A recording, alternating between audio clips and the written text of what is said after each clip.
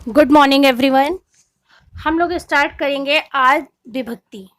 शब्द रूप जो होते हैं, सबसे ज़्यादा विभक्ति जो पहचानना है, जो याद करने का तरीका है, वो बहुत गलत है।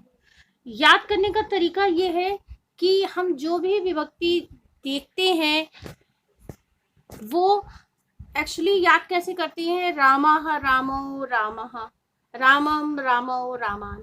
तो इस तरह से ना याद करके हम विभक्ति को याद करेंगे। रामः रामम रामेण रामाय रामात् रामस्य रामे रामः रामम रामेण रामाय रामात् रामस्य रामे राम। मतलब कहने का अर्थ है कि जब भी याद करें तो एक वचन की पूरी सीरीज याद करें। प्रथमा, द्वितीया, तृतीया, चतुर्थी, पंचमी, षष्ठी, सप्तमी। क्लियर है। फिर द्विवचन में रामो रामो रामाभ्याम रामभ्याम रामभ्याम राम्यो राम्यो हे रामो। ठीक है। तो इसी तरह बहुवचन रामः रामानि रामे रामभ्या रामेभ्या राम राम रामेषु। क्लियर है।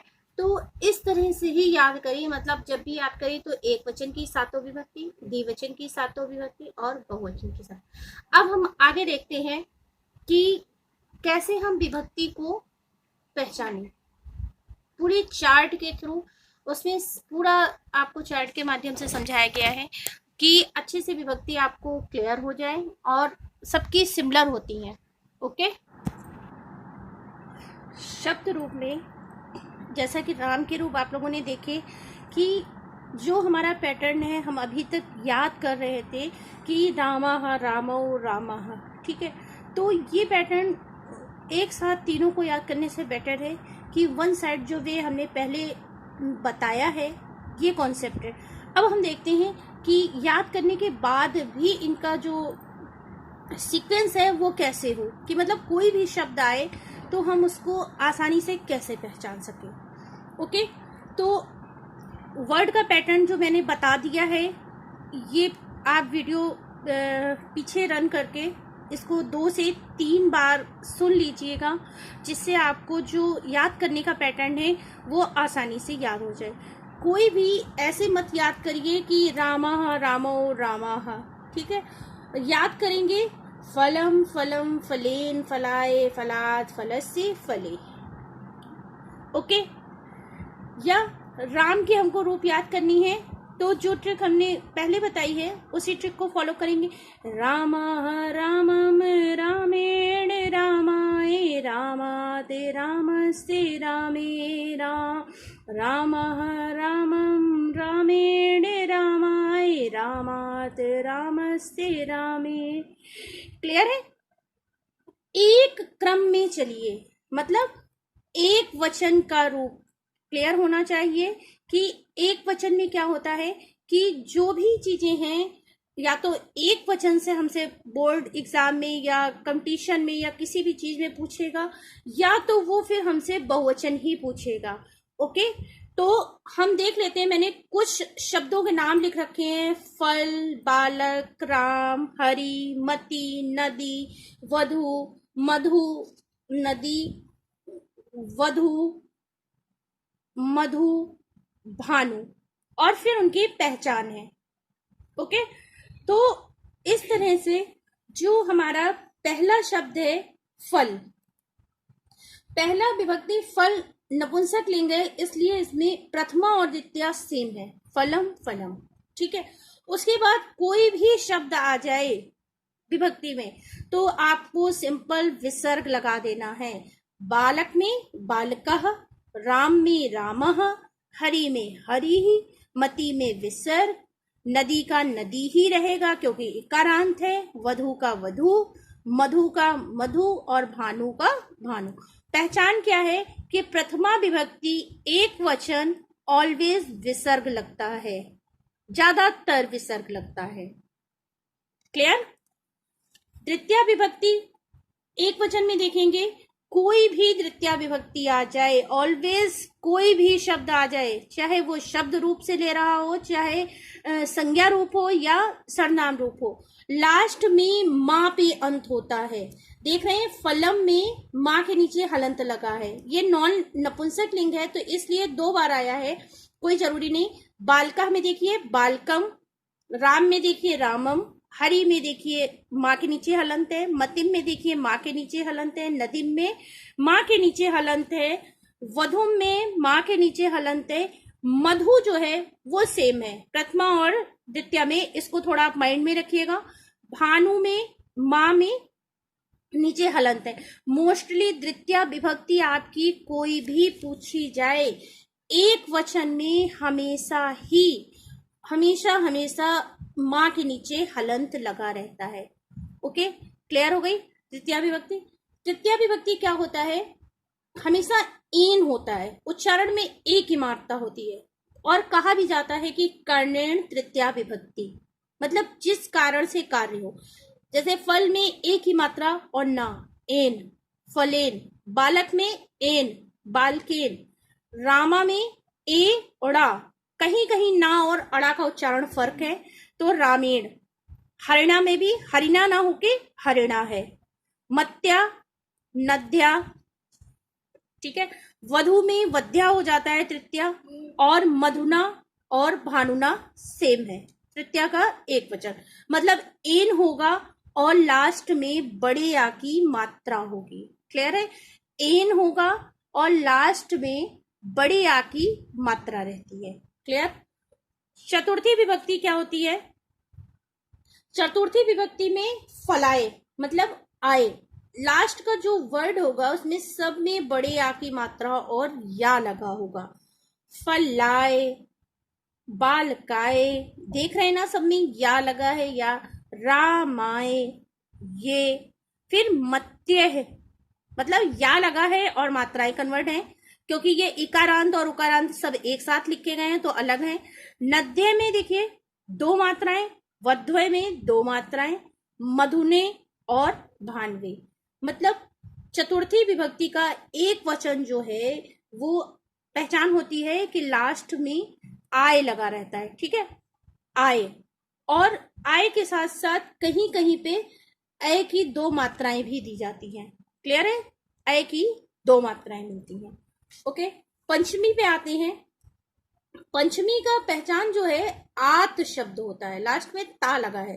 फलात, बालकात, रामात, हरे, इसमें मत्या, नद्या, ठीक है, वध्वा, मधुना, भानु।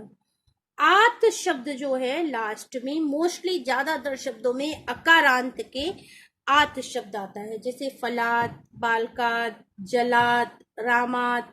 ठीक है, कुछ हैं जैसे मती में जो इकारांत है उसमें मत्या हो जाता है, नदी में आप याद रखिएगा नद्या हो जाता है, तो कहीं कहीं पे नद्या और वध्वा भी बन जाते हैं धा उच्चारण के संग। ठीक है, मतलब बड़ी आ की मात्रा के संग विसर्ग लग जाता है। ओके, तो ये थी ट्रिक। उसके बाद षष्ठी, कोई भी षष्ठी विभक्ति आ जाए, किसी भी शब्द की आ जाए, कोई, हमने यहाँ जितने शब्द लिखे हैं वही नहीं, लेकिन मोस्टली अकारांत में षष्ठी विभक्ति जो होती है वो अस से लगा रहता है। मतलब आप शब्द में देख लीजिए, अगर आधा सा और या है तो ये षष्ठी विभक्ति एक वचन है। फलस्य, बालकस्य, रामस्य। फिर षष्ठी का एक वचन हरि में ध्यान दीजिएगा, हरे, मतलब पंचमी और षष्ठी सेम रहती है। मत्या, मते, ऐसे ही हरि और मति दोनों इकारांत हैं, मतलब छोटी की मात्रा से शुरू हो रहे हैं, दोनों इकारांत होने के कारण एक सी विभक्ति है, मतलब पंचमी और षष्ठी सिमिलर रहेगी। इसी तरह नदी में देखिएगा, नद्या और नद्या, पंचमी और षष्ठी सेम होगी। वध्वा, वध्वा भी सेम होगी, मतलब हरि, मति, नदी और वधु, इनका पंचमी षष्ठी जो है वो सेम होगा। और उसके बाद कोई भी शब्द आ जाए पंचमी का तो फलात, बालकात, मतलब लास्ट में ता उच्चारण आ रहा होगा, और षष्ठी में लास्ट में अस से लगा होगा। ओके, फिर उसके बाद आती है षष्ठी में, वधुआ में मधु और भानु में मधुना और भानु, वही चीज जो पंचमी और षष्ठी की है। क्लियर है? पंचमी और षष्ठी जो है वो इकारांत, इकारांत और उकारांत तीनों में सिमिलर होगी, और जो अकारांत शब्द होते हैं जो पंचमी और षष्ठी का है तो फलात पंचमी के लिए आएगा और षष्ठी के लिए फलस्य, फलस्य फले। ओके, उम्मीद है कि सभी को क्लियर हुआ होगा इतना टॉपिक।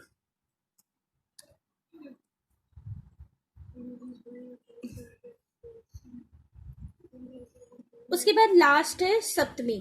सप्तमी जो होती है फले, मतलब ए उच्चारण मात्रा होती है, फले, बालके, रामे, हरौ, मत्याम, मतो, नद्याम, वध्वाम, मधुनी, भानव।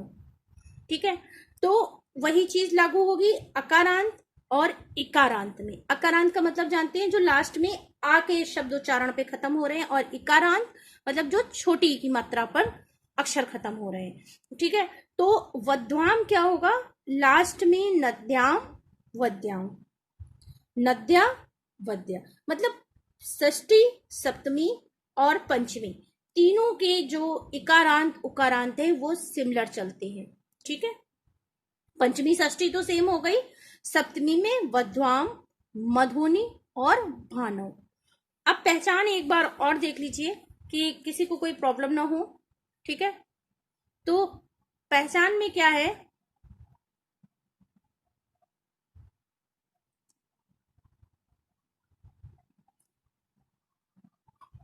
फिर से एक बार रिपीट करते हैं।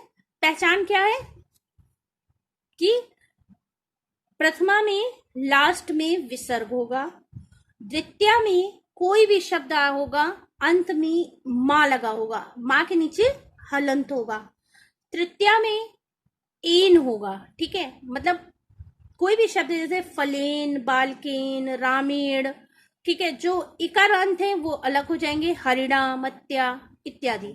ठीक है, चतुर्थी में आए, ठीक है, मतलब बालकाए, फालाए, फलाए, राम आए, और हरि के लिए हो जाएगा हरिये, मतलब या जो है अंत में कहीं ना कहीं आपको या देखने को मिल जाएगा।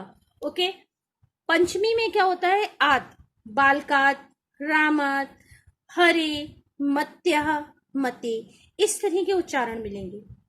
षष्ठी वेरी इजी, कोई भी अक्षर होगा वो बिना संबंध कारक के नहीं बनती है। ठीक है, मतलब फलस से, फल का, बालकस से, बालक का की, के का जहां भी उच्चारण आ रहा होगा समझ लीजिए वो षष्ठी विभक्ति एक वचन है। कोई भी वर्ड पूछा जाए, चाहे रामस्य पूछा जाए, चाहे बालकस्य पूछा जाए, चाहे मानवस्य पूछा जाए, चाहे जगतस्य पूछा जाए, कुछ भी पूछा जाए तो फलस्य ये जो है षष्ठी विभक्ति एक वचन होगी।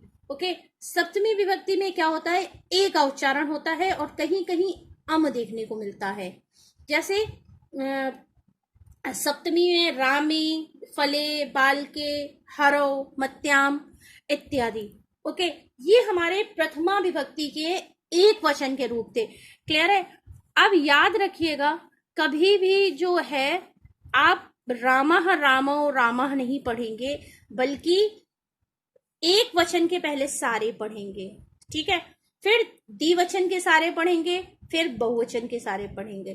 तो ये जो मेरा चार्ट था ये सिर्फ एक वचन का था। क्लियर है? मतलब एक वचन आप याद कर लीजिए, अच्छे से समझ लीजिए, और मैंने जो इसीलिए सारा चार्ट एक साथ दिया है कि सिमिलरिटी में आप लोगों को आसानी से समझ में आ जाए। उम्मीद होगी कि सबको पसंद आया होगा, और जिन लोगों को वीडियो अच्छी लगी है वो लोग वीडियो लाइक कर दें और सब्सक्राइब कर लें, जिसमें अगली जब हम धातु वाला समझाएं तो वो आपको आसानी से उसका नोटिफिकेशन मिल सके। तो एक बार और हम याद करने का तरीका इसमें अपडेट कर रहे हैं, सुन लीजिए, बता रही है। रामः रामं रामेण रामाय रामात् रामस्य रामे रामः रामं रामेण रामाय रामात् रामस्य रामे राम। इसी तरह आप कोई भी पढ़ सकते हैं। बालका बालकम बालकेन बालकाय बालकात बालकस्य बालके बालक। क्लियर है? ये एक वचन हो गया हम लोगों का। ओके, अब द्विवचन फटाफट देख लेते हैं कि द्विवचन में क्या होता है।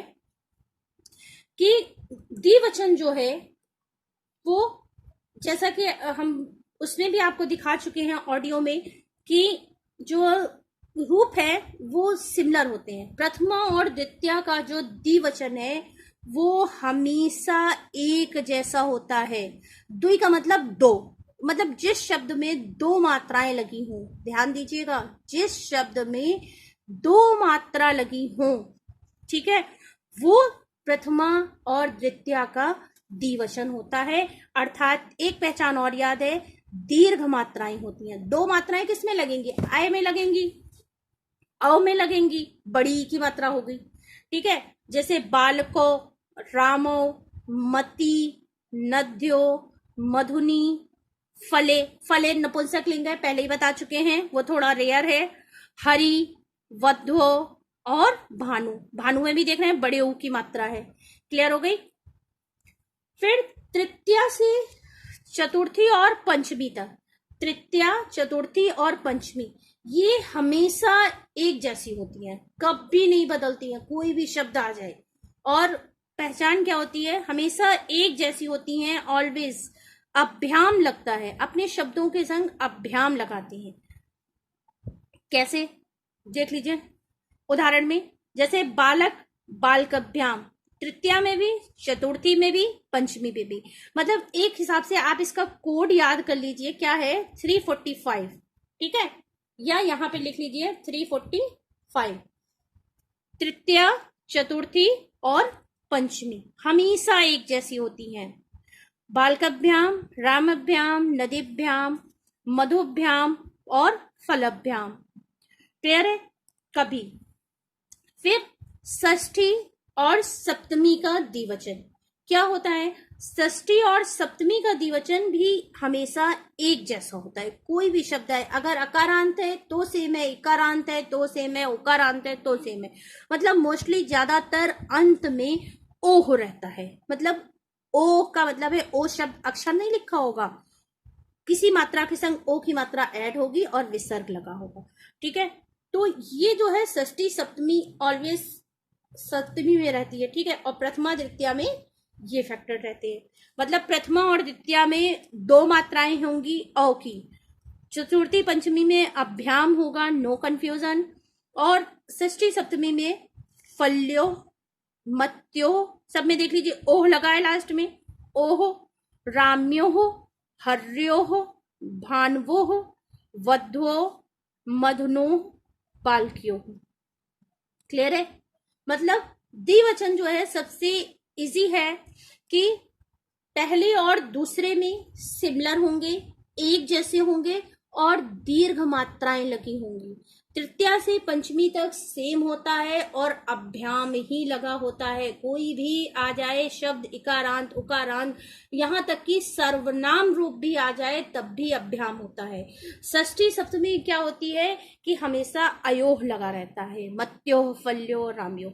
Okay, that's a clear. Next है कि एक वचन द्विवचन के बाद आता है बहुवचन। तो हमारा कोई भी एग्जाम हो तो वो ज्यादातर बहुवचन से ही पूछने का प्रयास करता है। कोई भी बोर्ड परीक्षा आप दे, यूपी बोर्ड हो, सीबीएसई का हो, या कोई भी कंपटीशन आप दें, ज्यादातर वो मोस्टली बहुवचन और एक वचन को ही टच करता है। क्यों? उसका कारण है कि द्विवचन जो होती है वो प्रथमा और द्वितीय सेम हो जाती है, तृतीया, चतुर्थी, पंचमी सेम हो जाती है, षष्ठी, सप्तमी सेम हो जाती है।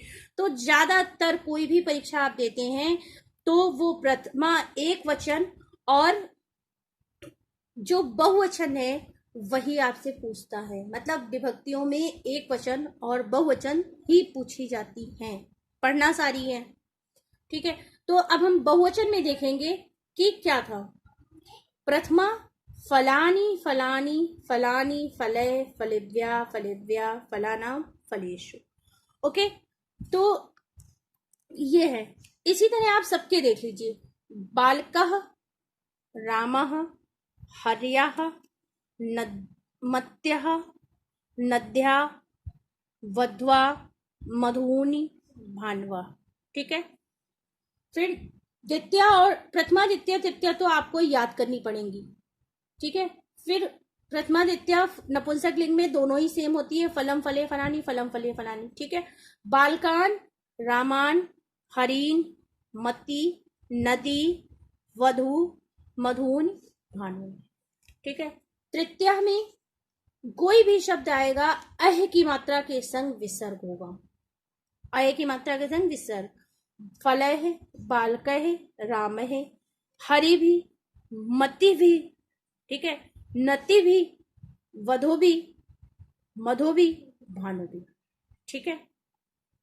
तो इसमें पहचान हमारी आ जाती है कि तृतीया का बहुवचन यदि कोई भी है, कोई भी तृतीया का बहुवचन है, तो अंत में जो भी शब्द होगा, अक्षर होगा, उसके ऊपर दो मात्रा के संग विसर्ग लगा होगा और दो बिंदियां लगी होंगी।